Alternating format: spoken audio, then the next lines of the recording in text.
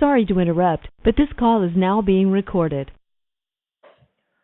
Welcome to a briefing call of the Interagency Task Force on Israeli-Arab Issues on Nation-State Bill becomes law. Arab citizens, state minority, and Jewish-Arab relations with your host, Liron Shoham. Go ahead, Liron. Your line is now open. Thank you. Hello, everyone, and thank you for joining us for today's call. There are many people joining us today, so for those of you new to the task force, we are an educational organization created to serve the North American Jewish community with trusted learning opportunities about issues related to Arab citizens and Jewish-Arab relations in Israel. On July 19th, the Knesset passed Israel's 13th Basic Law, Israel is the nation-state of the Jewish people. Versions of this bill have been at the heart of heated debate for nearly a decade over whether Israel requires a basic law to affirm its Jewish character and what the consequences of such law are for Israel's democratic character and for its Arab citizens, by far the country's largest non-Jewish population. In the week before its passage, the law underwent significant revisions to soften the most controversial clauses. Still, the final version has been met with polarized response from within Israel and abroad, including widespread condemnation, alongside expressions of praise and support in response to the wave of criticism. Israel's Arab society has been vehemently opposed to the bill out of concerns that it diminishes Israel's commitment to equal citizenship and legitimizes discrimination by law and in the public sphere. To better understand the legislation, concerns, and response from Arab society, we have the privilege of hearing from two experts today. The first, Dr. Amir Fuchs, head of the Defending Democratic Values program at the Israel Democracy Institute. He will walk us through the significant articles of the final approved bill, the context in which it was passed, and its anticipated impact on Israeli democracy. Our second speaker is Mohammed Daraushe, director of the Center for Equality and Shared Society at Givat Haviva. Mohammed will speak about Arab society responses to the bill and concerns about its impact on state minority and Jewish-Arab relations in Israel. Each speaker will present for 15 to 20 minutes, after which we will have time for questions and answers. So, with no further ado, welcome to everyone, and thank you to both of our presenters. Amir, please, the floor is yours. Thank you. Thank you, Liron, for inviting me, and I thank you all for listening. I'm Amir Fuchs from the Israel Democracy Institute, and I must stress from the beginning that my point of view, although very critical of this law, and I'm dealing with this law since 2011, since it was issued first to the Knesset, although I'm very critical to it, as you will hear, I look at it from a Zionist point of view. I totally support the idea that Israel is the nation state of the Jewish people, so I don't have a problem with the header of the law. And actually I support about 80 or 70% from the specific paragraphs of the law. But of course, I will speak about the problems. The problems as we see it is that it changes the balance between Israel as a democracy and Israel as a Jewish state, which at least us in IDI, we don't see a contradiction, a necessary contradiction between the fact that Israel is a Jewish state and nation state of the Jewish people, and a full democracy like it was promised in the Declaration of Independence. So I will start with a little bit of history because I think we need a little bit of context. In Israel, we don't have a formal constitution. Since its beginning, Israel did not form a constitution, did not constitute one. We did have the Declaration of Independence, which the Supreme Court uses as a spiritual interpretation for laws, but not as a normative constitution. But we do have basic laws, which from a decision from the beginning of the Knesset was, the basic laws were a substitute for a constitution, that they're actually parts of the constitution which will be ended somewhere in the future. So we do have basic laws.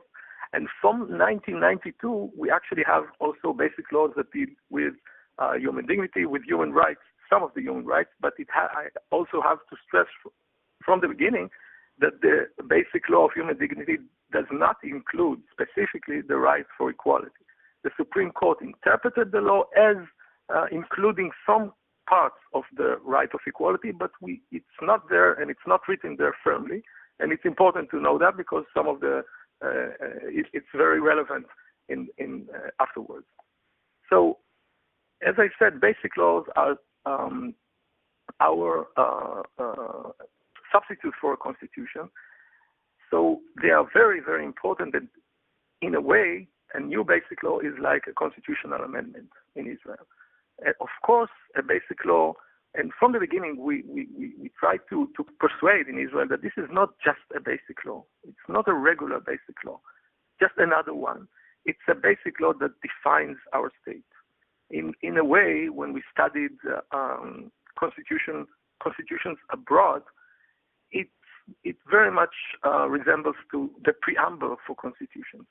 It's a paragraph that says what kind of state is this, and for example, in nation states, most of the part there is a paragraph that says this in Croatia is the nation state of the Croat people, for example. But we saw in all the preambles that we saw, in every preamble for nation state, there was clear balance that although this is the nation state of the X people, it also respects the full equality and all the minorities within the state. And this was, from the beginning, our major concern and our major critic, because it was very obvious that the whole motivation for the law was to try and change this balance that we already had in our Declaration of Independence. So now I will say a little bit about the motivation for the legislation. What are the supporters saying? Why do we need it?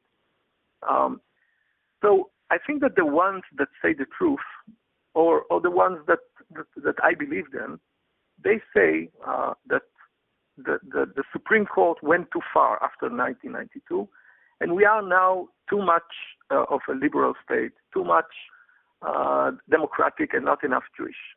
Some of them really say it. Some of them, you see it between the lines. They say that the Supreme Court went too far and we need balance. We already have laws about human rights. We don't have enough basic laws about the fact that we're a nation state. This is, I think, the people who are saying the truth. They're trying to change the constitutional balance in Israel. Some of the people who support this law say other things. They say, for example, this is only declarations. It will not change anything. We don't want to take away the equality. We don't know why there is so much criticism. This is only about saying the obvious, and we don't know what are your problems. And also, some of the proponents say that we are in danger. There's a danger of us, of Israel as a Jewish state. There are a lot of people who try to change the nature of the state as a Jewish state, and that's why we have to entrench it in a basic law. These were the motivation. And about the legal process, it started in 2011, but it never proceeded in Netanyahu's government for 2011 until 2015, mainly because the ultra-Orthodox were against this law. They were actually against even until now, but they voted for it because of coalition considerations. But at the time, they were against it, and it never proceeded. And in the former government, which also had a lot of versions and a lot of bills, mainly by Ayelet Shaked, that was then an MK, it didn't pass because of a strong opposition from the Minister of Justice, which was Tzipi Livni. And in this specific government, it really started to go and to roll, and they formed a special committee headed by MK Amir Ohana. There were a lot of deliberations. I must say that also, that everyone who wanted to participate in the deliberations in the Knesset could come and oppose or to speak his opinions. And although some of the people say now that this was some kind of a harsh procedure, we didn't pay attention, I don't buy that. As you said, Liron, from the beginning, we are in a process of almost 10 years or maybe 8 years. So, and a lot of deliberation in the Knesset in last year. So it was not done. It was run knowingly and purposefully. So now I would say a little bit about the substance. And also, maybe I will start with substance that that we succeeded, and not just IDI. Other people who opposed the law succeeded to take out of the law. First, as I said, the motivation was to override the basic laws of human rights and human dignity, and the interpretation of the court that the human dignity includes equality. It was very clear in the first version of the law, because the law, just until the first reading in the Knesset, included a paragraph which said very clearly that this basic law is overriding every other basic law. So this was supposed to be some kind of a super basic law which supersedes and overrides every other legislation. And this paragraph was omitted. So now it's just another basic law. So I will speak at the end on the implications, but of course it minimizes the problematic implications. Another element that went down is the element of Jewish law.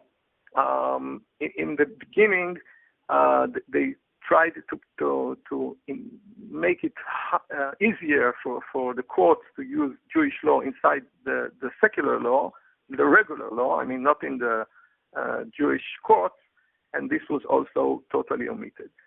Also, in the most problematic paragraph that stayed, the famous 7b paragraph, which said that Israel can form villages on basis of nation or race or any other group, this went down, but we still have a very problematic 7 paragraph today, which says that the state views the development of Jewish settlement as national value and will act to encourage and promote its establishment and consolidation.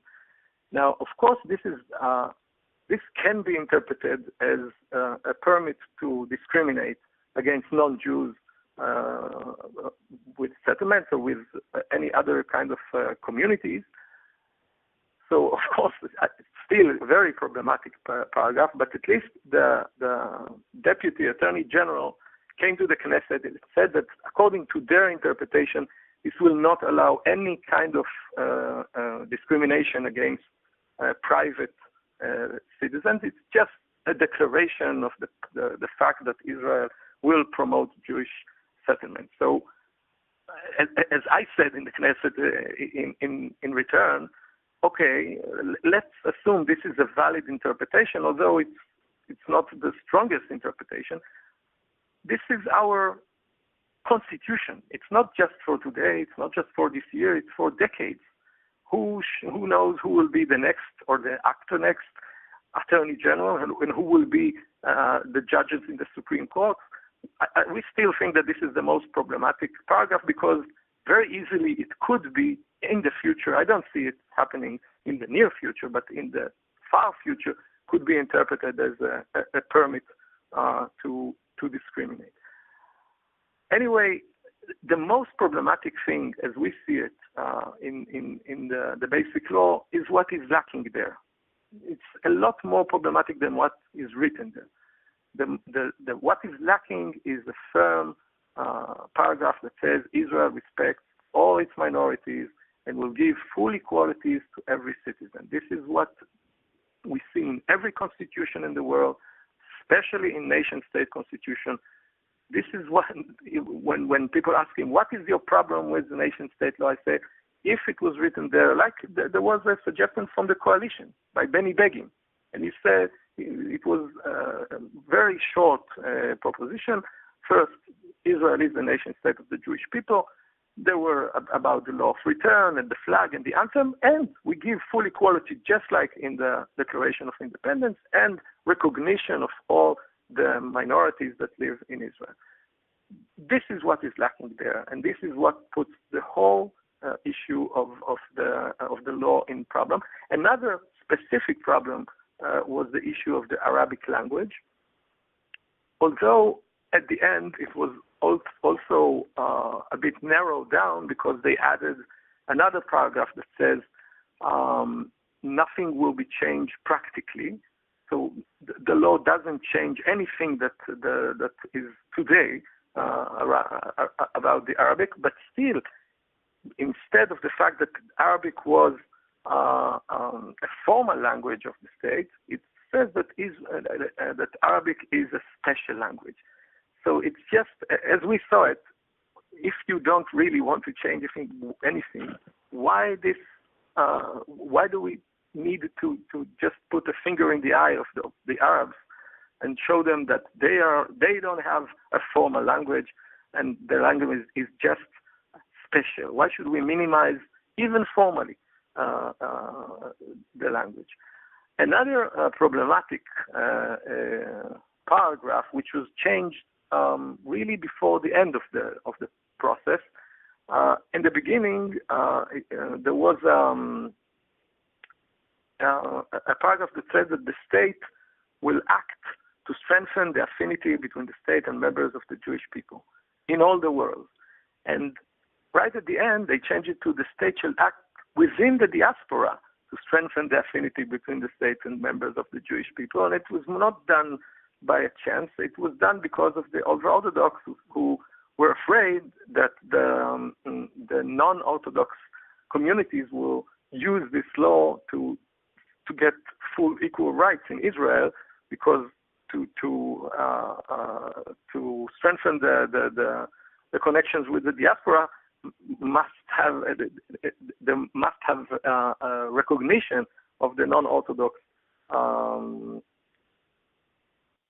people, and so we thought also this was an insult for Jewish communities abroad. I have to stress a few false messages that this law, I think, says. As I said, I've been advocating for Israel I'm working in IDI for 13 years or 14 years, and I've been advocating the fact that Israel can be Jewish and can be democratic, and there is no necessary contradiction there. And I think that the message here is kind of giving weapons to our enemies and to the BDS and to people who said this was from the beginning a racist state, and the whole idea of a Jewish state was racist. You couldn't be Jewish and democratic. And I think that with this nation-state law, we can give a lot of weapons for the people who try to say that. Another thing is that I think that the fact that the law passed with just a narrow majority of 62 against 55 shows a false message that there is a real controversy in Israel. Is this a Jewish state or it isn't? And actually, almost all the Jewish people in Israel are supporting the fact that Israel is the nation state of the Jewish people. I think if there was a version that included equality and was more resembling to the Declaration of Independence, I'm pretty sure that it could pass with 80 or 90 MKs. And now we're sending a message as if there's only a small majority that says that Israel is the Jewish state, and I think it's a false and a dangerous message that we send. And also, of course, maybe the most problem here is the message that we send to our minorities. I totally understand minorities in Israel that feel alienated and feel that this is not their home, and that the country is telling them you are not an equal or full citizen.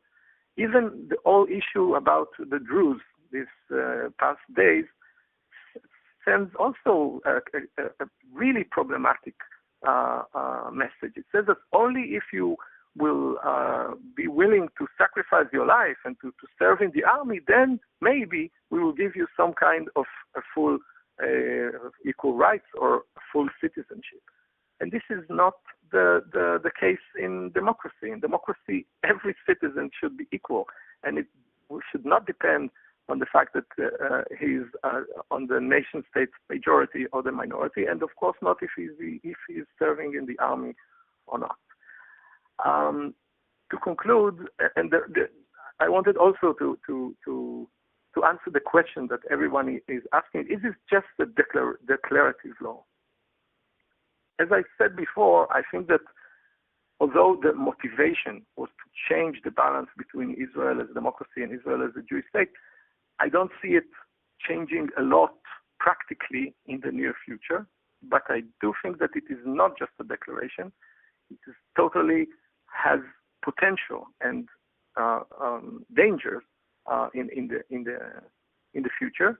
And this is, we have to remember that this is just one law of a lot of laws, although not all of them basic laws, the laws that do try to change the nature of our democracy and make us less of a substantial democracy and more of a procedural democracy.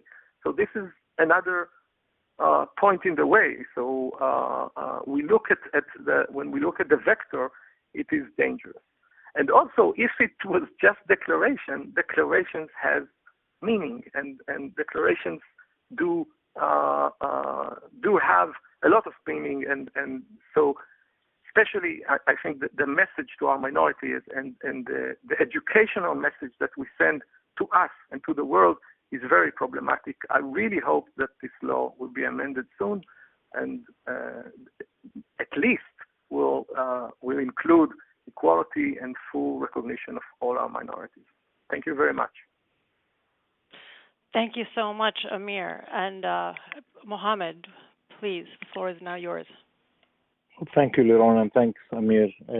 I will start by a couple of comments first, and then I will give my more organized presentation. The first one actually relates to what Amir started by saying about omitting certain principles that are present in the Declaration of Independence, and there was a choice to omit them from the nationality bill. I studied English literature in my undergraduate degree, and my professors used to teach me when I'm reading a text, they taught me the concept of the power of omission. What did the author choose to omit? And in this case, the words democracy and equality were omitted deliberately. And no one can say that this law was passed in a rush. It took the government at least 8 years of deliberations until they were able to pass the final version of the law. And every word that was presented there and every word that was omitted had many reasons why it happened there. So no one can claim that this law was a rush, that it was done by mistake, or certain words were omitted or put there by mistake. A well-thought process with a clear result. Now, when we talk about the background in Jewish-Arab relations, not from the constitutional aspect, which Amir discussed, we look at three arenas in which Jewish-Arab relations have been present. One is the political arena, the debate over what we would call it, whose state is it? There was a process at the Israel Democracy Institute that lasted between 1999 until 2001 to draft what they called a shared vision for Jews and Arabs in Israel. The failure of that process resulted with the shared vision documents of the Arab community and the Kinneret Declaration and all kinds of other forms of declarations where the Jews were started to draft their vision of the new Israel or the updated Israel versus the 1948 Declaration of Independence, while the Arab citizens went into the exact opposite direction. So most of the documents that were presented by Israeli Jewish think tanks were focusing on the Jewish ethnic identity of the state. Some were calling it ethnic democracy, but the homeland of the Jewish people, Jewish state versus being the homeland of the Jewish people, that was the debate in the Jewish community. The Arab community in Israel was presenting alternative bills under the headline of Israel becoming the state of all of its citizens, basically disconnecting Israel from its Jewish identity and making it a purely civic state that belongs to its citizens. This debate has been some kind of a cloud hovering over Jewish-Arab relations over the past decade. I would even dare say since the Oslo negotiations, since the Israeli-Palestinian negotiations actually started, which left Israel in a situation that even in a two-state solution, Israel will remain with a significant Arab minority, approximately 20%. And the question is, what do you do with this minority? Do you legitimize their citizenship completely in accordance to the Declaration of Independence and basic laws that guarantee liberal democracy? Or do you backtrack in a way and reduce the status of Arab citizens? And the key element or the key process that was going on in the political arena was what we call political degradation in the status of Arab citizens, hitting this rock bottom that came out in the shape of this nationality bill. The second process or the second arena that many of the listeners have probably been involved in was the social arena in Jewish-Arab relations. For many years, the term that was being pushed was called coexistence, efforts to try to create coexistence based on the theory of social contact, to try to bring Jewish and Arab communities closer together, to do some kind of educational activities, cultural activities, good neighborly relations between Jewish and Arab towns and Jewish and Arab towns that are mostly in the Galilee or in the south. This process has been too slow, which resulted with the reality. The reality is today that we still have 92% separation in residential areas between Jews and Arabs. 92% of Arab citizens live in separate Arab towns and villages. And also 99.9% of the educational system is still segregated, where Arab citizens go to separate Arab schools and Jewish citizens go to separate Jewish schools, and that results in strong processes of radicalization, ignorance, and often racism, one community against the other. The third element or the third arena that we've been also looking at, which started actually in 2003 after the Orr Commission report was published, it's the economic arena. How to try to create economic contacts between the two communities, how to focus on creating shared interests between the two communities, economic integration, employment integration, improving quality of education so that more Arab students will enter universities, more Arab women will enter the labor market, a process of what I would call economic integration, which has been rather successful over the past 15 years, which has been an arena where we mostly celebrated, showing that the potential of Jewish-Arab relations has also a rosy, good potential and not just the political conflict that we experienced in the rhetoric of the members of the Knesset. But something happened in the last couple of weeks, 10 days. The nationality bill changes the reality on the ground. Now that cloud is not a cloud anymore. It's a mountain that landed on top of us, on top of it basically ended the political reality and the political debate between the civic, democratic, and ethnic national nature of the state. Many would say leaving the Arab citizens stateless, some kind of status of subjects of the state that now formally says to the Arab citizens, I'm not your state. I'm the state of the Jews that live in Israel. I'm the state of the Jews that live outside Israel. I'm not the state of the 20% indigenous citizens of the country, which is an exclusive type of reality. It's not only rhetoric. It's not only declaratory. It's a situation where the state disowns 21% of its population, announcing them as illegitimate, as not part of the national interest of the state, and that creates a lot of implications. So apart from the declaratory, and I don't want to go too much into that because Amir touched on this rather well, But on the declaratory aspect, I will only add that what is going on in the Arab community right now is examining ways how to also respond to this. 2 days ago, the day before yesterday, the Arab Joint List had a meeting in which what was on the agenda was a full resignation of all the Arab members of the Knesset, leaving the Knesset with 107 seats in parliament and not 120, making this or trying to create an unconstitutional, illegitimate parliament in Israel that does not represent all of the citizens of the state of Israel. This topic is still out there. It's been discussed by a lot of think tanks and a lot of pressure groups that are basically saying to the Arab members of the Knesset, it's over. The Knesset is not an equal place for you to be in. If we are all second-class citizens, why should you be? You should become second-class members of the Knesset.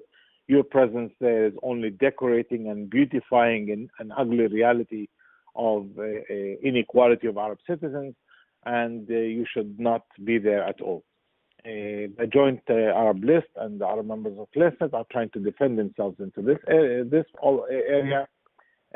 But one of the results, we've seen it yesterday, member of Knesset Zohair Bahlul from the Zionist Alliance announced his resignation as using the nationality bill as his excuse. Maybe it's his cause, but at least it's his excuse from resignation, making statements such as that for an Arab member of Knesset today, it's not an even field, and being there is not effective at all. On the practical implementation, I wrote an article a couple of days ago on Friday at Ynet, and basically I was trying to identify two different areas of use of this law and the practical aspects of discrimination. One thing which is what I call obvious practical discrimination that will result from this law, and the second is the subliminal things that we do not yet see and we can only point to as potential fears that can happen. In the obvious, this law revives the soul of past policies that we think of them and we relate to them as discriminatory policies that used to happen in the past. One of them, for example, is called Yehuda Galil, Judaizing of the Galilee, which actually meant de facto confiscating of Arab lands, turning them to state ownership, then creation of Jewish towns on those lands, giving those towns priority status. And priority status means that those towns probably might not pay taxes, or companies and businesses will get incentives to build their factories in those Jewish towns, basically confiscating the potential of Arab citizens to be able to access those factories that will be open in Jewish towns. This is past history of the State of Israel. It's not something new, but the law today, when it encourages Jewish settlement and the building of Jewish towns, now legally this can be done under the auspices of the nationality bill that can then use this bill to justify other actions, whether it is in land appropriations or in budgets for town development or for job creation on those towns. The other area, which is also obvious discrimination that is we're expecting to start experiencing, is in the language arena. When the Arabic language lost its status as official language, promised to be of special status, no one can spell out what special status means, but we're already expecting that certain actions, such as, for example, wills cannot be submitted anymore in their original Arabic language to the bank or to the or other documents in Arabic, whether it's a doctor's note that you want to present to welfare agencies. This could become a legal issue. Arabic is now on the bills, money bill, and coins in Israel. This might get lost. It's on street signs. This might get lost. There is no law that organizes the current situation, and this limbo situation of the special status of Arabic means that Arabic could be used only to serve the Arab community inside Arab towns and villages, and disappear from the wider Israeli public sphere, making the public sphere in Israel less friendly to Arab citizens and more intimidating and to the Arab citizens. A third area there is a significant fear in obvious discrimination is also in the field of employment. In the past, it was the policy of the Histadrut, the workers' union, that used the term Avodah Ivrit, Hebrew employment, which means preferring Jews in employment in farms and in companies that were owned by the workers' union and by government agencies. The term Avodah Ivrit is definitely the spirit of this nationality bill, and now it can have this backwind or tailwind to come back strongly into the arena. In other subliminal potential areas of discrimination, there are questions. Would this mean that Arab citizens might start having different serial numbers in their passports or in their identity cards? Will Arab citizens have different status in health services? How about civil service? There was a policy of the government to increase the percentage of Arab citizens in civil service from 1.7% in the year 2003 to 10%. We're there. The government did meet its goal, which is a fantastic accomplishment. They call it adequate representation. And the efforts were now trying to push towards equal representation, meaning increase the civil service, the percentage of Arab citizens in civil service and in police forces to somewhere around 20%. Now, if the spirit of the law says adequate means Jewish, then adequate does not have to represent the civic nature or the civic structure of Israeli society. So there's a lot of fear that this law might actually be used in practical areas. My daughter, and I will end with that, my daughter is studying now for her psychometric tests, which are the SAT exams, the Israeli SAT exams to enter universities. And now she can take the test in Arabic because this has become the norm over the past 15 years, realizing that if an Arab student takes the exam in his mother language, they actually score about 15% better than if they take the exam in Hebrew, which is their second language. And she's afraid when she's about to take the exam in April, will she have the opportunity to take it in Arabic, or is it going to be in Hebrew? And if it's only in Hebrew, it means that she's going to lose 15% in her grade, which might mean that she might not access Israeli universities. What will be her alternatives then? Her alternatives will be to go to study in Jordan or to study in the West Bank. Now, we know also from studies that if an Arab citizen goes to study in the West Bank or in Jordan, they go through a process of what we call de-Israelization, disattachment from Israeli culture, Israeli identity, Hebrew language, lack of relevancy to the job market. They come back and they engage in a very dark period of 3 years looking for a job until they find a job. And even when they find a job, they have a very, very slow mobility if they come with a degree from Jordan or from the West Bank. So the implications of some of those acts that might happen on what we call subliminal discrimination are even much worse and much more scary than what's obvious in this law. The Israel Land Administration owns about 93% of the land in Israel. only 2.5% of the land in Israel is owned by Arab citizens. So clearly, if the Arab towns are to develop, and develop means zoning plans so that people can build houses with permits, it means that towns can do planning for industrial zones, employment centers, tourism areas.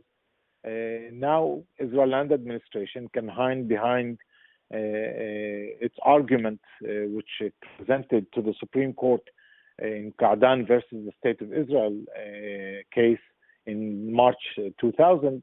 They said we're a nationality body. They said we're a national body. We're a Jewish national body, which means we have to dedicate the land, which is state-owned, to the Jewish nation, to the Jewish citizens of Israel, not to the Israeli. There's nothing called Israeli nation. So we don't feel that we have any legal commitment to serve the Arab citizens of the State of Israel. We're here to serve the Jewish nation and the Jewish citizens of the state, and not the Israeli citizens of the state. So clearly, we are on the doorsteps we're on the steps and the door of very dark period that can potentially move in different directions. The responses from the Arab community, as I said, are mostly responses that ask for escalation of the situation. So there have been already 3 appeals presented to the Supreme Court. Mostly, there's a request by the follow-up committee to also appeal to the UN and appeal to other international institutions. But to end with the positive note, I want to also go back to something that Amir mentioned. This law did not pass with 100% Jewish vote. It passed with 60 Jewish votes versus 40 Jewish votes. I'm excluding the Arab citizens from the count here. And that means that 40 Jewish citizens might want to one day change this law or amend it, but clearly not under this kind of government, which has been leading the political degradation of the status of Arab citizens. That basically leads me to say that if we want to theoretically keep a potential for getting rid of this law, we need to be able to find a way to actually strengthen the social and economic ties between Jewish and Arab citizens, so that in the next Knesset they might become the majority and be able to revert this law and amend it in a way that it supports a shared society and not negates a shared society. That's it for now, Liron. Thank you. Thank you. Thank you both so very much. I want to invite questions. Operator, if you can give the instructions. Also, if you would like to email questions to the email address that you register which you use to register for the call, I'm happy to read those out. Operator, can you please give instructions? All right. If you would like to ask a question, please press #1 on your phone to indicate, and we will unmute your line one at a time. Again, if you'd like to ask a question, please press #1 on your phone. If there are no questions, I will kick it off with a question with a two-part question to Mohammed, and of course Amir can also jump in. Mohammed, you spoke about possibly reversing or amending the law. Is there are there amendments that would make this more acceptable to Arab society? And in the second part, well, just a second question, I guess, how do you see the emergence of this law at a time in parallel in which there's been so much investment in economic development into Arab society? How do you explain these two happening in conjunction? Okay. Well, the current law, I think that within the Arab community, there's not going to be a way to accept any kind of amendment under this government. This government is seen by the Arab politicians as the government that has declared political war and delegitimization process, and they probably will the only request that is on the table is to abolish the law. They just came out recently asking the president not to sign the law, which is something that the president actually cannot do. He has to sign the law constitutionally. It's his duty to sign the Knesset bill. He said that he's going to sign it in Arabic to indicate his objection and his dissatisfaction with the law as an indication that he wants to maintain Arabic language with its special unique status. So that's his gesture that he's actually doing. But in the Arab community, this law was made and was created as discriminatory law, and the demand in the Arab community is to completely abolish it and eliminate it from the laws book of the State of Israel. Now, how is this happening parallel to economic development? And this is actually the big confusion that many people go through. Most people in the current government believe in what they call economic peace, make economic reality better. That will force the citizens to look away from the political issues. That will increase their tolerance level to political changes, and they're not actually measuring properly the level of, I would say, the self-dignity of and the meaning of citizenship to the Arab citizens.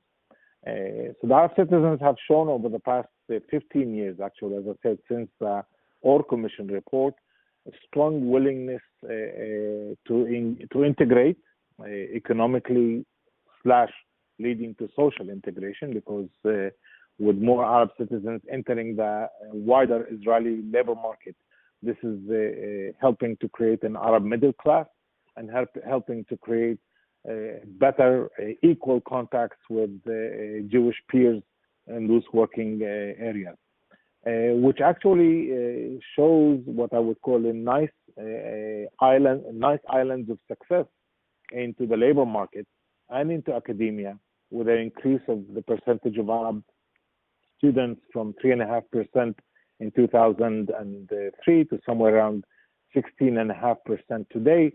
So that's the half full and half empty, Leon. The half full of the cup is the economic interaction, economic development. But not only that, I would also add all of the social interactions that are taking place through many NGOs that are promoting educational and social and communal interaction between Jewish and Arab citizens, reaching tens of thousands of Israeli Arabs and Jews every year. That's the half full of the cup.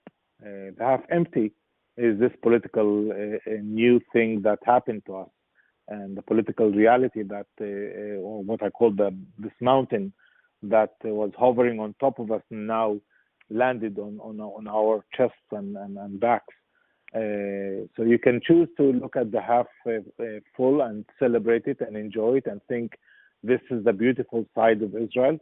Some would look at only the political discourse and the narrative debate, and they look at the ugly image that came out of Israel.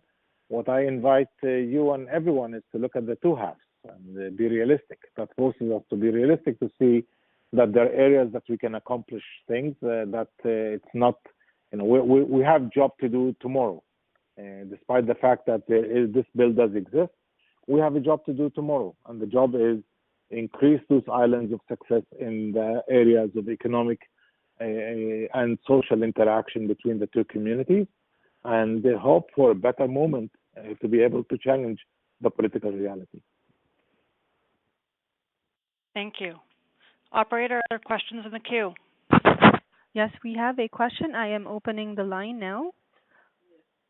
Please state your name and your question.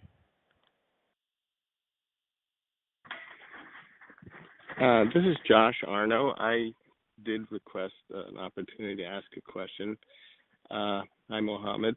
I wanted to see if there's any more direction you could give the philanthropic Jewish community in America, or where in the way they may need to change a strategy or adjust or fine-tune their philanthropic approach. You're pretty familiar with a lot of the philanthropic activities. I'm just wondering, do you see like keep moving forward with what we've been doing to try to bring shared society and equality into more of a reality in Israel, or do you see us needing to take a major shift in direction? Well, hi, Josh. Good to hear your voice, and thank you for the question.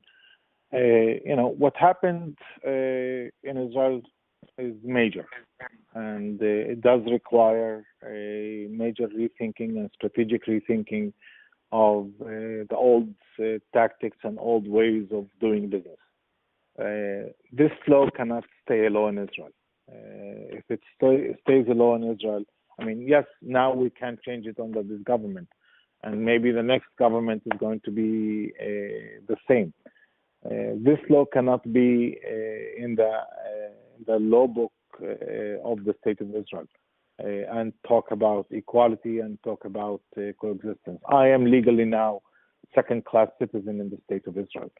And I think that we have a window of maybe a couple of years to do something major in order to try to oppose it and change it.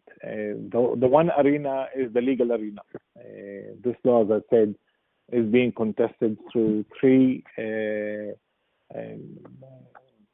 appeals to the Supreme Court. I'm signed on one of them together with 8 other Arab citizens that are expressing concern for the principle of shared society and the principles of equality promised in the Declaration of Independence. And I do think that the legal arena has to be fought. Maybe we're not going to win it, but at least we will give a chance to the Supreme Court to clarify certain points of what is possible and what is not possible. To clarify, is this only declaratory statement that cannot be used to discriminate in other areas, such as what I call the obvious and subliminal discrimination arenas, or is it can it be used to justify discrimination? I think today we are mostly living in fears of the implications of this law and not in immediate results. And the Supreme Court can be very helpful in this area. So a lot of legal action will probably be taking place in the next couple of years until we resolve this matter. A second area that I think has been overlooked, over the past decade, a lot of pressure was put on economic development, which has brought fantastic results. But I think in the process, there was negligence to the social aspect. While we were improving the indexes in economic development and integration, we were also increasing the indexes of racism in Israel. Yes, some of that racism was developing because of as a reflection of the political rhetoric that was the battle that was being fought in the Knesset. But some of it is because less people are doing this work. Less money is coming to this work. The Ministry of Education, for example, used to invest 40 million shekels for coexistence activities. Today, it invests 2.5 million shekels. And no one is compensating for that deficit that was created. It's time to re-examine. And obviously, I can't give you a full answer in a couple of minutes, but a proper evaluation has to go through, and re-examination of strategies has to be put in place. Okay, thank you. That's very helpful. I'll add a few sentences. About the legal aspect, I totally agree with Muhammad that I don't think that the Supreme Court will abolish this law, because you have to understand that this is a basic law. And never in our history then the Supreme Court abolished the basic law, although they were saying that in very extreme circumstances it could be done, but I don't see it happening, and especially not in this with the justices that we have today. But I do agree that the petition can clarify some of the fears that Muhammad talked about, and I think that the Supreme Court will interpret the basic law as almost totally declarative, and in a way will a little bit narrow down the damage, although the damage will still be there. And again, secondly, to your question about what should the diaspora do, I cannot really give good advice there, but I think that the Jewish community has to explain to our government in all the ways that she can, that they can, that we won't be able to defend Israel and its legitimization as long as this bill holds. It will be very, very hard to try to say that Israel is a liberal democracy while there is still this nation-state law without the balance of equality and recognition of minorities. I truly believe that even in this government, or even some of the people in this government, if they will understand that this will really damage our standing in the world and our position as a democracy and within the democratic world, maybe something will change there. I have a question over email. Regarding the political cloud that Mohammed referenced, we are used to hearing of the acceptance of a Jewish state by Arabs with recognition of collective rights and, of course, equality. Are these not common voices? Actually, all indications, research that was done by Professor Tamar Herman from the Israel Democracy Institute, and also another research that was done recently at Tel Aviv University, indicate that more than 65, 68% even of Arab citizens are willing to accept a declaration of Israel as the homeland of the Jewish people, but not with a full stop, but with a comma that comes after it. The comma has to be a continuation of the sentence saying that Israel is the homeland of the Jewish people and its citizens. So I think that the Arab citizens have become very, very practical and pragmatic in recognizing and accepting the Jewish nature of the state of Israel, but not at the expense of giving individual Jews extra right over individual Arabs, or even collective Jews extra right more than Arab citizens. So in the declaratory aspect, there's no problem. Not only that, but the Arab citizens have showed willingness to accept certain kind of principles of how to express the Jewish nature of the state. Again, I'm only quoting polls here, that the flag and the national anthem will be the current flag and the national anthem. And if they are to be amended, they are in some kind of symbolic amendment and not in abolishing the Jewish nature of the flag and the national anthem. The same thing regarding the law of return, recognizing that Israel serves as the safe refuge of the Jewish people, and that if there's an amendment for this, it will be in some kind of correction of immigration laws to allow Arab citizens to naturalize their spouses if they marry someone from outside the state of Israel. It's not negating the Jewish nature of the state of Israel, but trying to make sure that does not become a tool to be used to discriminate against the Arab citizens. Thank you. I understand from the operator that we have a number of questions in queue, so I would like to invite those of you who would like to stay for another 5 to 7 minutes that we do so, and we take a few more questions. And those of you who can't, thank you very much for joining us. Amir, Mohammed, if that is okay with you, we'll take 2 or 3 more questions. Yes, no problem. Operator, will you please invite the next questioner? I'm opening the line now. One moment, please. And unmuted. It's Lori Heller. I'm here in Jerusalem. It's been striking the difference between statements of IDI even in today's Jerusalem Post on page 4 that says that Pelsner says that the law is not a game changer. And the reaction of the Arab sector. I think there's a disconnect, and I don't understand. Amir, if you could talk to it about, after hearing what Mohammed said, if he had spoken first, I don't know how you would have said what you would have said in your statements. And that's the general press reaction, is that, well, nothing's really going to change. Well, I didn't say nothing is really going to change. And the IDI played a big part in, well, I'm here myself here, maybe. Yeah, pardon the interruption. If you could, questioner, if you could please mute your phone for a minute. Sure, no problem. Thank you very much. Okay, thank you. Go ahead, please.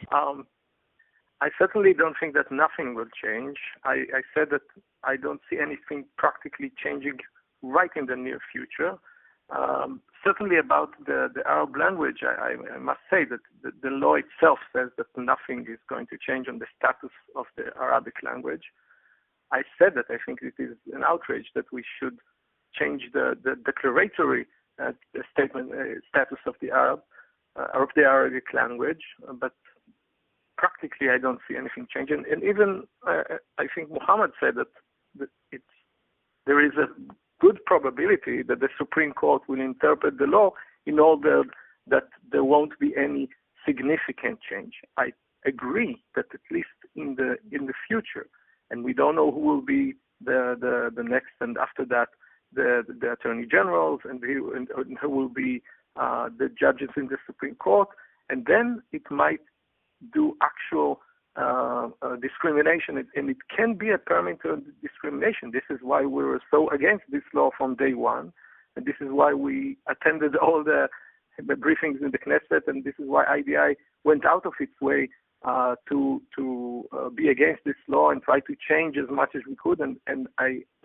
I'm proud to say that we did have some successes in amending and omitting some very problematic parts of the law.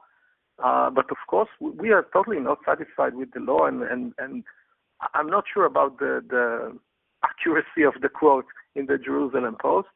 If you see all other media that IDI was taking part, was releasing statements in recent days, we totally didn't say that this is not problematic. This is a huge problem. And we really think that this law cannot stand.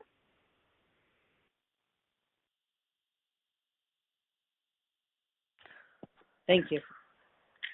All right. Thank you. Additional questions? Yes, I am opening another line now. Hold on, please.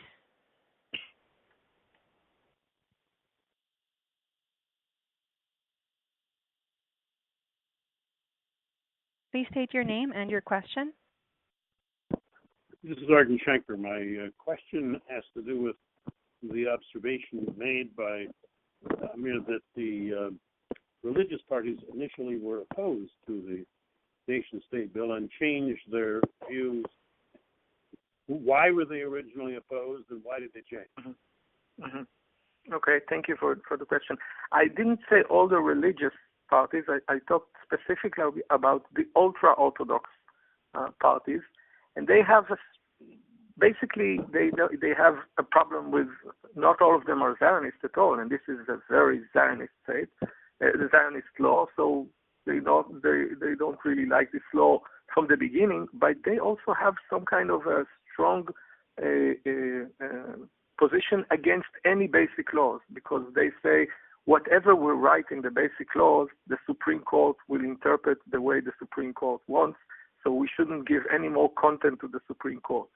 So this is why, for example, Aryeh Deri said once that even if there will be a basic law, 10 commandments, he will vote against, because the Supreme Court will interpret the 10 commandments however they want. So in the first years of this basic law, they just used their veto and they said, we don't want this basic law at all. In this specific Knesset, they were against also. But because of coalition considerations, they decided that they were dragged to vote for it, but they still didn't really like it. It was just because they have to maintain the coalition, and they didn't want to go to election right away. Thank you. No problem. Thank you. Let's make time for one more, and then this discussion can go on very long. We'll make time for one more, and hopefully be able to continue over emails and in writing with those that are interested. All right, I am opening another line.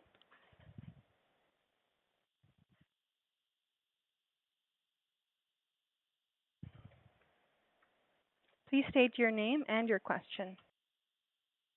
Hi, my name is Michelle Golan, and I have a question for Mohammed. He mentioned earlier that the possibility of the Joint Arab List Party in the Knesset considering resigning from the Knesset. So I'm curious if you can share what is the likelihood of that happening, and if that does happen, what would be the consequences or the outcome and the effects of that? Well, thank you, Michelle. The likelihood of this happening today, I would say it's 50-50. The big debate about this in the Arab community, and they even discussed it yesterday, and the pressure on them on social media and a lot of the talk shows in Arabic language, including a lot of pressure that is coming from international Arab media that is questioning the fact that they're participating in this political game that, as I said, all are saying it's only used to beautify Israel's democratic nature, and the attack on the Arab members of the Knesset is that they're preferring to keep their salaries and not fight the real battle for equality. Actually, they do deserve a lot of the criticism because they're still behaving in some kind of a shock. They have not been able to come back with a proper response to the new situation. There's a lot of internal debate of what's right and what's wrong and what should be done. And they have no strategy. They have no clear strategy, and they're surprised and shocked with the new reality. If this happens and they actually resign, and now they're talking not about only the 13 Arab members of the Knesset resigning, but about the rest of the 100 and the whole list of that were presented to the Knesset, the 120 candidates on the Joint Arab List. Only 13 of them made it, which means that the Knesset will be in some kind of a limbo. It will not be able to fill the positions that were evacuated, and it will become with 107 seats only, which means it's unconstitutional Knesset, and there's no law that defines how such a Knesset will manage. So either the Knesset will have to dissolve itself and go for early elections, or they'll pass a law with some kind of a trick, which will probably be appealed to the Supreme Court. But it will create unprecedented constitutional problem that Israel has not faced before, that, as I said, could lead to the Knesset dissolving itself and going for early elections. Thank you. You're welcome. Okay, thank you so much. I do believe we're out of time. This is clearly a discussion that's going to be continued over time, and we will be learning the ramifications in the weeks and months and perhaps even years ahead. I want to thank Dr. Amir Fuchs and Mohammed Darawshe very much for their time and for their insights, and thank you everybody for joining us on this call. Thank you, Liron. Thank you. Thank you very much.